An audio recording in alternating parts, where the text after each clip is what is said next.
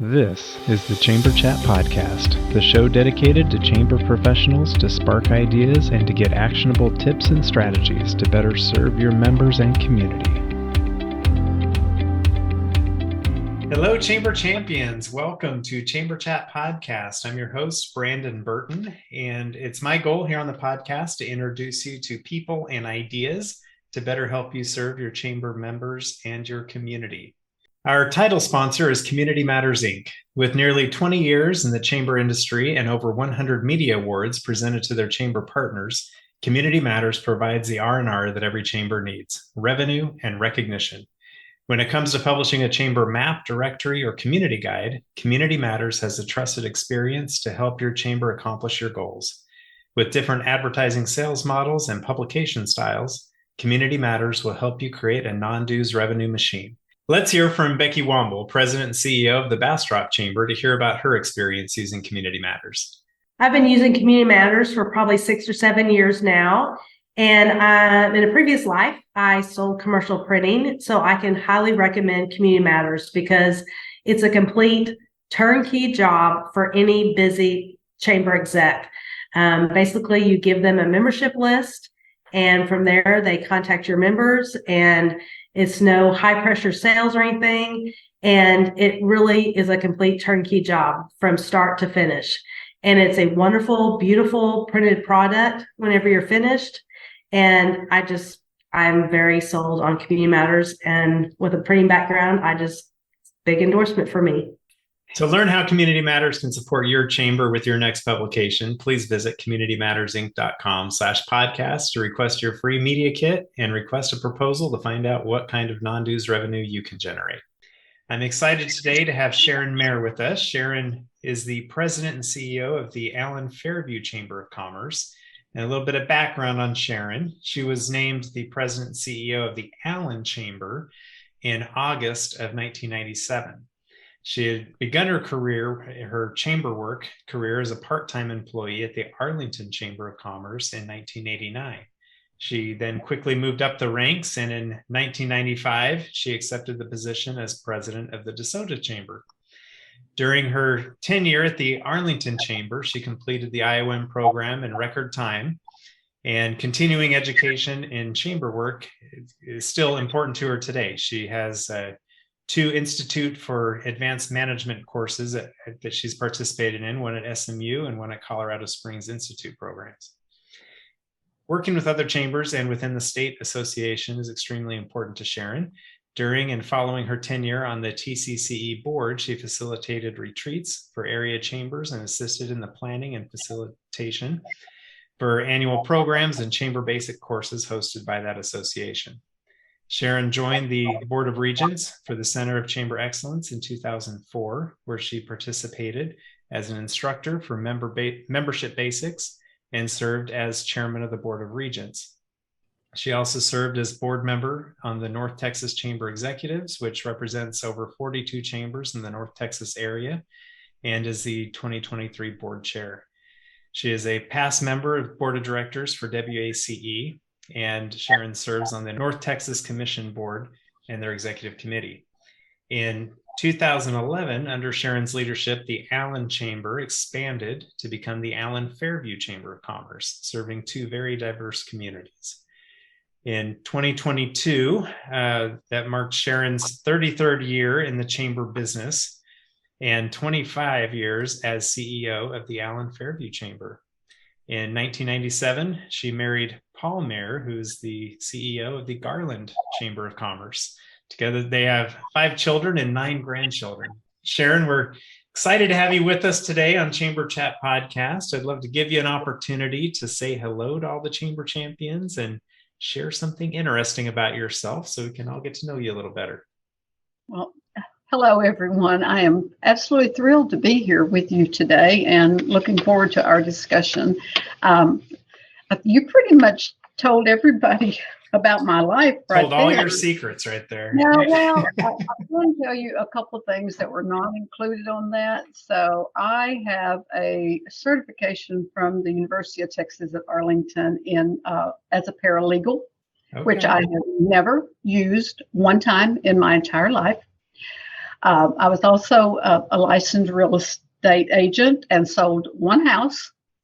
But the only reason that I was involved in real estate is because my late husband and I owned a real estate company. In order for me to keep it going, should anything happen to him, and unfortunately it did, I had to be a licensed realtor. So that's, we built houses. I had a business, a specialty advertising business that did hand engraving on sunglasses. And our biggest client was Harley Davidson for thousands of pairs annually. And then guess what they did? They found out that you could go to China and have them stamped for a lot less money. So that pretty much tanked that business. So Yeah. anyway, that's the story of a lot of small businesses these days, right? So that's a lot of historical stuff that I don't mention in my bio. Yeah. So tell us a little bit about the Allen Fairview Chamber, just to give us an idea of the size of the chamber, scope of work you guys are involved with, staff, budget, just to kind of set the table for our discussion. All right. So our chamber is right under 600 members at this time. Our budget is a little over $500,000 annually.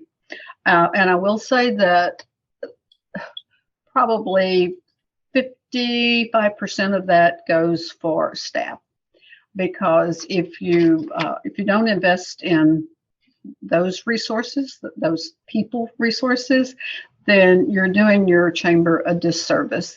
I have 3.5 employees. A finance director, a membership director, and a programming and special events director. Plus, I am so fortunate to have a part-time law student who was actually started with our chamber as an intern when she was in high school, and has worked remotely for us all the way through her undergrad and now her law school. And she's in her 3rd year of law school. And she works remotely and does all of our social media and marketing and things like that. So, and she's just excellent. So that was my next question with her working. So I love hearing about chambers utilizing interns, first off. But then to have her working remote, to retain her as she goes through her schooling, what type of, so she's doing social media, marketing, what other kind of things do you have her taking care of? She does the graphics, but she does all the social media stuff. And, she does the promotional graphics and things for all of our programming. And I mean, she's really creative and does a great job. She just completed, we just had our annual gala, and she did all the collateral for that. And it was done as well as the marketing firm that we had been paying $26,000 a year, on a contract to do. And I think she's just under $20 an hour, and she tracks her time, and it's definitely saving us money. Plus, it puts money in her pockets. It's That's not right. easy. I love it when you can find a big chunk of change in the budget like that. That's Yes. great. Well, for our topic today, we've titled this episode "Business Building versus Networking." And we did that because of the approach that the Allen Fairview Chamber takes in approaching their members and how they call different things, the semantics, if you will. So we'll get into a much deeper conversation on this as soon as we get back from this quick break. Are you looking for a year-round, affordable, and timely shop local campaign for your chamber or CVB? Look no further. Build a custom Eat, Shop, Play mobile app with App My Community by visiting appmycommunity.com/chamberchat.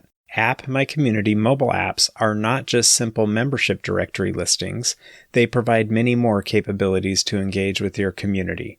Provide your residents with a robust events calendar. Partner with a local fair, festival, or farmers market to provide a schedule, map, and other resources to promote the event. Run a Small Business Saturday campaign any time of the year using built-in scavenger hunts. Allow your membership to communicate directly to their customers via push notifications. Your App My Community mobile app will be a unique member benefit, allow you to generate non-dues revenue with sponsorship opportunities, and best of all, provide a valuable resource to your community. Please visit appmycommunity.com/chamberchat now to receive 10% off your first year of an App My Community mobile app. Attention, all Chamber of Commerce leaders. Are you looking for a powerful tool to help you manage your chamber? Look no further than Chamber Nation. Their comprehensive platform provides all the features you need to streamline membership management, host events, communicate with your members, and provide amazing services to your members. Plus, their expert team is always available to provide personalized support. Don't miss out on this opportunity to take your chamber to the next level at a price you will truly appreciate. Visit richardscalendar.com to learn more about Chamber Nation today. What if you could keep holiday shopping local this year? Launch a community card with Yiftee and you can. Hi, I'm Raquel from Yiftee.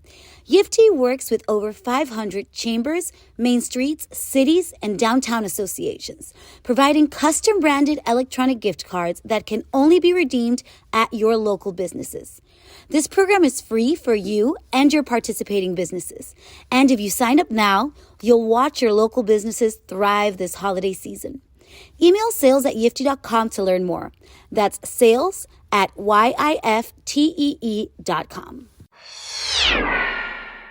All right, Sharon, we are back. So as I mentioned before the break, business building versus networking. What's the difference? A great, big, huge difference. So everyone does networking one way or another, obviously. But the reason that we chose to focus on this building business is because you have to go back to our mission. Our mission is to advocate, educate, and build relationships that enable our communities and our members to prosper. So everything that we do ties back to our mission. And changing the name of what we at one time called AllenNet, that was when we were teeny tiny and there were 12 people in the room networking. And then we changed it to Tuesday Morning Live, which everybody still calls it Tuesday Morning Live, at least those who have been around for a while. It has transitioned to now it's Coffee and Connections. And so we wanted to use the connecting and the building and all of that together. And it's now grown to around 90 in attendance every week. And these people understand the value of building a business network, which is not the same thing as networking. They do not spend their time shoving their business card in somebody else's nose under there and say, here, I have something that would benefit you, and, just going on and talking about yourself. What's really interesting, if you attend one of our networkings, is that you find out that they're not talking about themselves. They're talking about everybody else in the room. They're talking about how Joe really helped Sammy over here, find a plumber. And it was an emergency. He needed somebody. And they also, they have fun with it because they make up silly sayings and silly names about their other businesses. And they make it fun.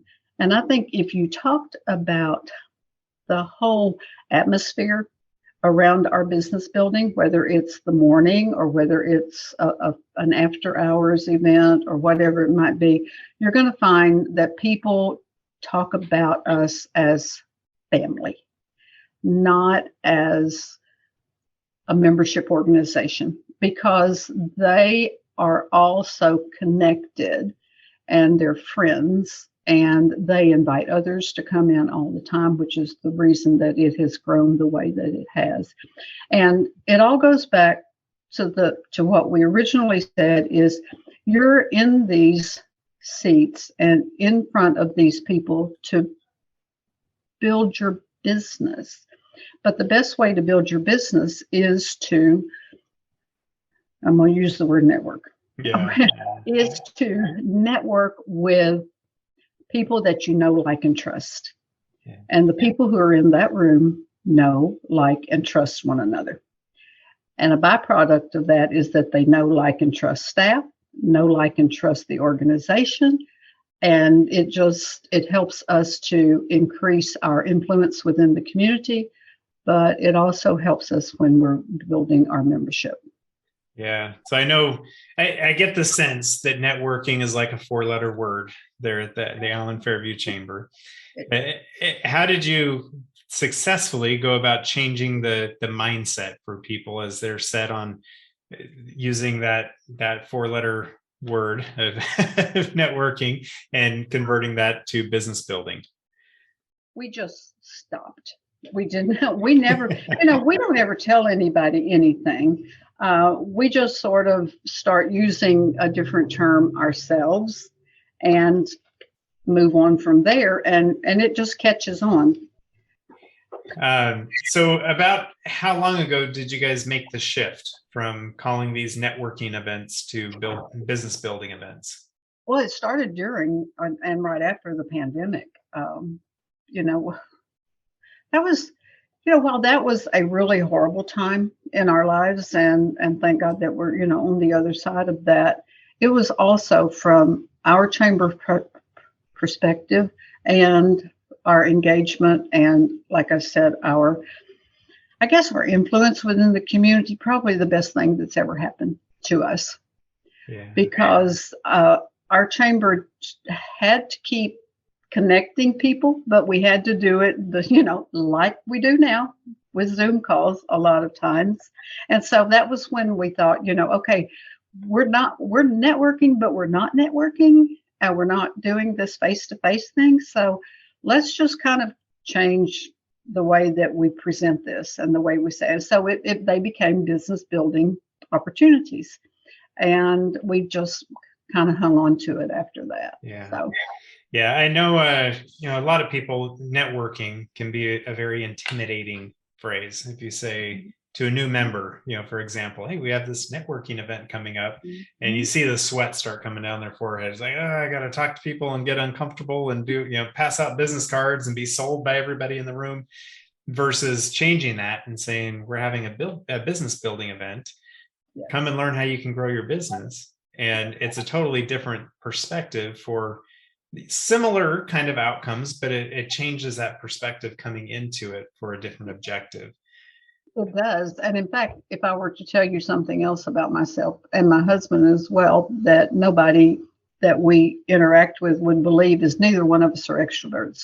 Yeah. I mean, we are not. We would rather be alone in the office, door closed, nobody bother you. But it's not a natural thing for us to do. But at the same time, this is something that we have to learn in our positions, and we put ourselves out there. So we can really understand, and I in particular can understand the reluctance of someone to just show up cold at a networking event. So what we have done, other than change the word, is that we make sure that there is someone there to greet them and someone to take them and say, come over here, let me introduce you to these people, and that our members do not sit with their friends, because we tell them, when you're sitting with your friends, you're not building your business. Yeah. So you need to sit with someone that you don't know. And the best ones to sit with, and the ones that you get to know really well as time goes by, is that if you're the first person that a new person that comes to one of our events meets, then they automatically feel like, if you're open and welcoming and all of that, they feel like, okay, they've made one friend in a group of 90. And so it's a little less intimidating that way. Yeah. So I've recently heard a term, when you're in a situation like that, social setting, that you tend to see the circles of people, right, that stand in a circle and talk.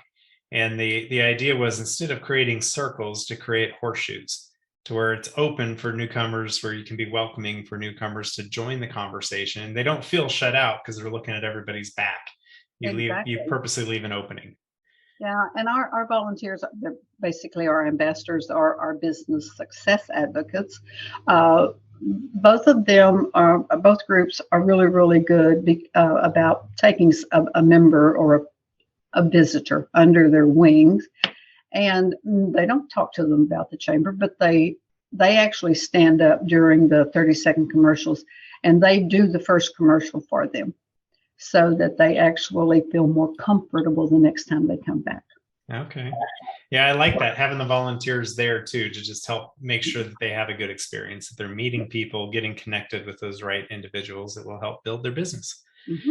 So you also take a different spin on some other vernacular in your chamber. For example, members versus investors. You had another one. It had to do with sponsors, right? Partners instead of sponsors. Partners instead of sponsors. Yes. So talk to us a little bit about the thought that goes into those names. Well, my staff gets worried when I start thinking. And because I like changing things up, because I think everything gets old, it gets stale. So we may do the same series of luncheons or breakfast meetings, but we don't call them that. I mean, so I sit down and I go, okay, let's think, what would be let's start your day. And then I go, smart topics and relevant themes. So, I mean, everything has a meaning to me. I have to have that. So we changed the name of START. And then we changed the name of our luncheons to BOLD. BOLD stands for nothing, just bold topics. Okay. And speakers. So that led to the whole thought process of, okay, now we're looking for sponsors for these events. And why not just say, hey, come partner with us on this event? Because partnerships, in my opinion, are a much closer, more personal relationship than a sponsorship. Sponsors write checks. Partners get involved in the whatever event it might be. And we involve them and we promote them like crazy, but we involve them by asking them to come in and introduce the speakers, give them time on the program, to talk about their business. And that's how we refer to them. So, and then if you talk about the member versus investor, so members are easy to lose. Investors are a little bit harder because what you're doing is you are working within your organization, but you're drawing them in. And when you refer to them as investors, then they see that what they're doing with those dollars is that they're investing not in the chamber, they're investing in their business. And they're investing in the community and the economic growth within our communities. And we use those terminologies all the time. Invest in your business, invest in your community. I like that. Yeah, the investor definitely brings a level of commitment where a membership is like, yeah, I'll see how it works for me, see what's in it for me, right? Exactly. So, we still get a lot of that. You're always going to get what's in it for me. Right. So another terminology that I picked up on is you don't necessarily call your volunteers or ambassadors. You said business success advocates. Yes. Are those essentially ambassadors, or do you have ambassadors as well? We have ambassadors as well. But what we've done is we've taken some things away from the ambassadors and given it to this new group that we've had about 2 years now. So our ambassadors are still the meeters and the greeters and the ribbon cuttings and open houses, all of that. Our business success advocates, or BSA as we call them, are focused on retention, and they are focused on building relationships after someone joins, not when they show up at one of the coffee and connections or that sort of thing, because they're the ones that will call members, especially first-year members, every 3 months. So they're kind of like a mentor. They tell them about not chamber events, but they tell them about chamber benefits, particularly at whatever level they have joined at, because we have a tiered dues investment schedule. And they forget, they join, they choose this level, and they think, oh yeah, I'm going to do this, I'm going to do that. Well, we track what they do and what they don't do. And so our business success advocates, which is really hard to say, uh, they actually have a list, and they know what the expectations were when that member joined, and they can relate to them because, I mean, they're members themselves. And so they're peer to peer, and it's a lot easier and it's really a lot better and more impactful conversation when you're talking to someone who is your peer rather than you're talking to a chamber staff person. Yeah, absolutely. So I'm curious, the question comes to my mind as you talk about these BSAs, business success advocates. They're there as mentors to help guide these new investors along their path at the chamber. As a new business joins a chamber, invests in their business and their community, are you having the opportunity to evaluate where maybe they can get involved with, whether it's a committee or as whether ambassador or a business success advocate or partner or whatever it may be? Yes, but we do have some rules. You need to be a member for at least a year before you can join either the ambassador group or the business success advocate group. That makes sense. The BSA group. But those are the only two where we really have a rule. I mean, we have a DEI committee, we have a legislative affairs, business advocacy committee. So those, if that is what you're interested in, then you can join immediately if that's what you want to do. And we introduce them to these things gradually. It's all in their membership packet that they, but the other thing about membership packets is, they're drinking through a fire hose. Yeah. Instead of, a water fountain or a water bottle, whatever it might be. And they forget. And so that's what the BSAs do. They remind them that, here's an opportunity here, but also don't forget, you get on the chamber podcast at your level of membership, you get 3 minutes on the podcast. You get a free hole at the golf tournament. You get all of, other things. And you mean the podcast that you guys have at your chamber, right? Yes, our chamber podcast, Alan in Action. And don't ask me why it doesn't say Alan Fairview in Action, but it's just it started out Alan in Action, and that's the way it's remained. So yeah. And it's kind of fun because we get to talk about our members, and we do, and they get to participate. Like I said, depending on their level of sponsorship, members. What's that word? Investment. Investment. Yeah. Yep. But yeah, it gets a little tongue twisty when you get right down to it. But we have not a huge audience, but we do have our regulars who listen all the time. I mean, we have a little over 600 that subscribe to the podcast. Very easily found right there at the top of our website on the left-hand side, along with our blog and all the other things that I add to it continually. Yeah, that's great. I'm a big fan of Chambers doing podcasts, as you can imagine. So glad to hear you're using that as a platform to tell the stories of your members and highlight them.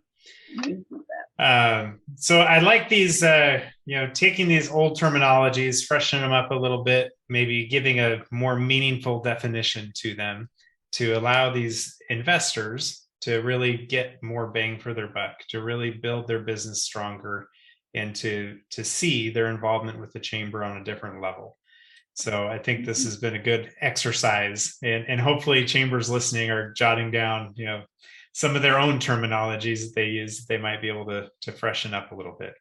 Yeah, if you don't look at things annually, whether it's the name of a coffee and connections to, whatever it might be, and thinking, okay, we've been doing that for 2 or 3 years. That's getting really old.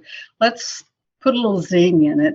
I mean, it's like our new member orientation. It was called a new member orientation. And I'm going, no, we're going to call it Chamber 411. And guess what time of day we're going to have it? 411. And our 505 after hours, 505. People remember those times that are odd, that are off kilter.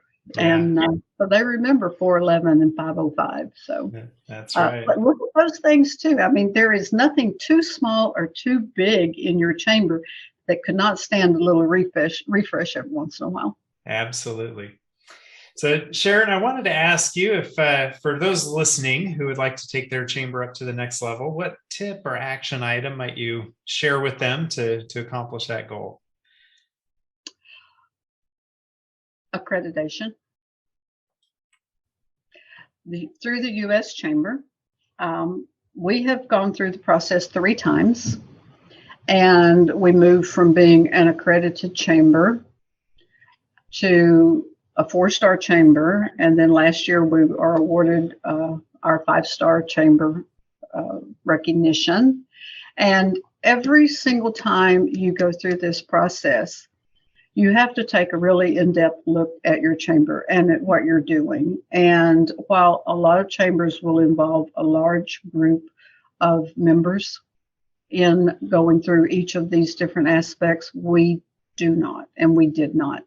And we had 1 or 2 of our board people involved, but what we found out is volunteers, unless you're in a smaller chamber or a really, really large chamber and they understand the benefit of this, will drop the ball every single time. So as much as I love them, God bless them, don't count on them.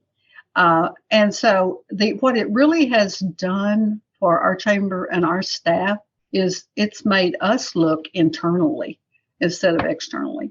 Yeah.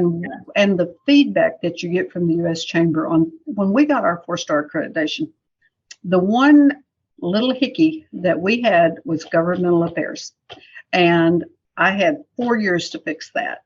And what was that mission statement again? Advocate, educate, and build relationships. So it went to the top of the page. And now we have a very, very, very active business advocacy committee.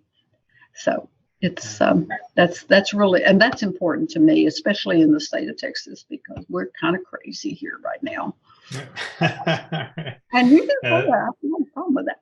Yeah, no, that is a good tip to go about the accreditation process.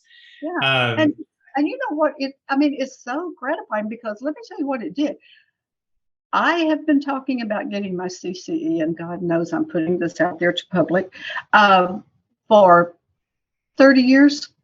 And after that 5-star came in, I went, okay, that's checked off my list. Now it's time for the CCE thing. So I am. Everybody listening can help keep you accountable to that.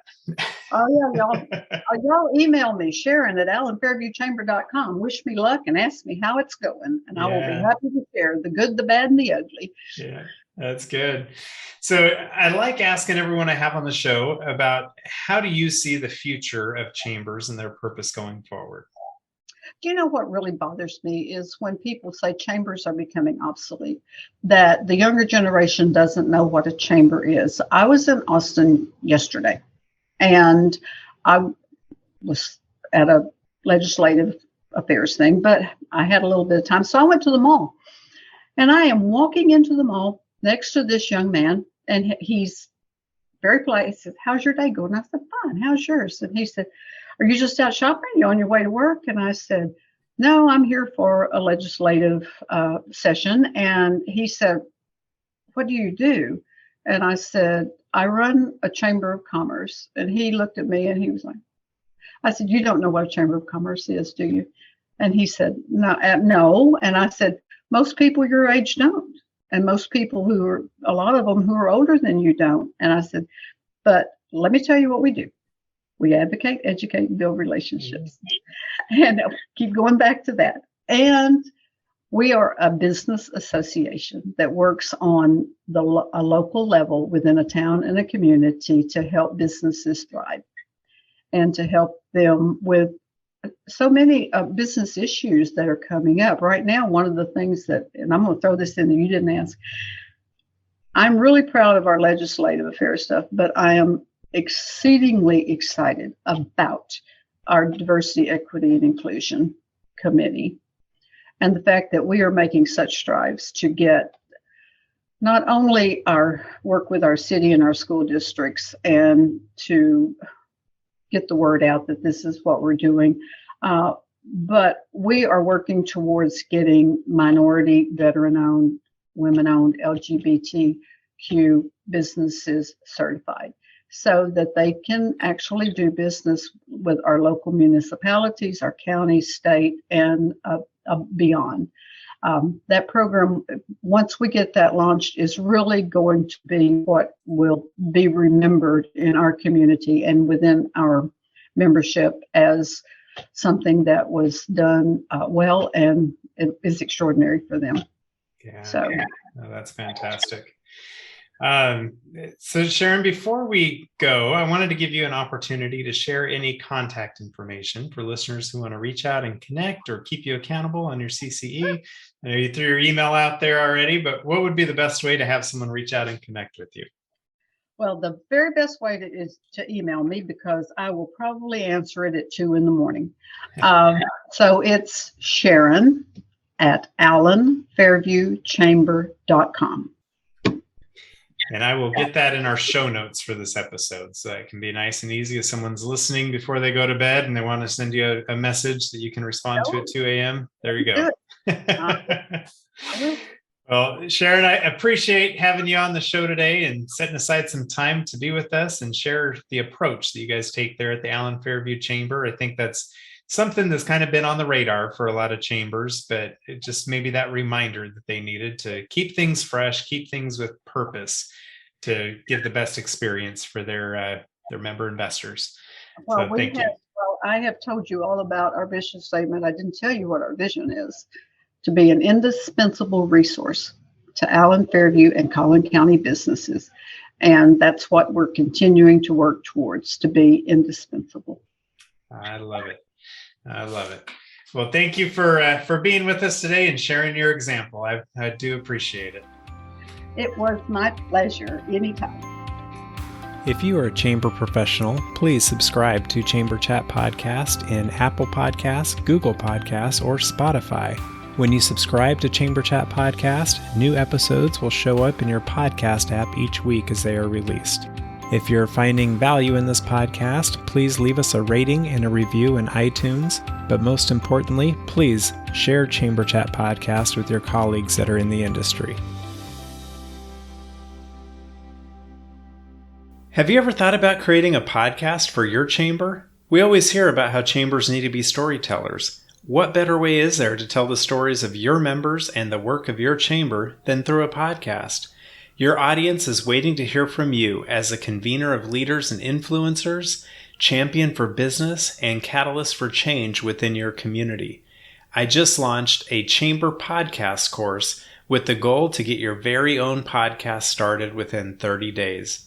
Visit chamberchatpodcast.com/pivot to learn more and to enroll in the Chamber Podcast course today.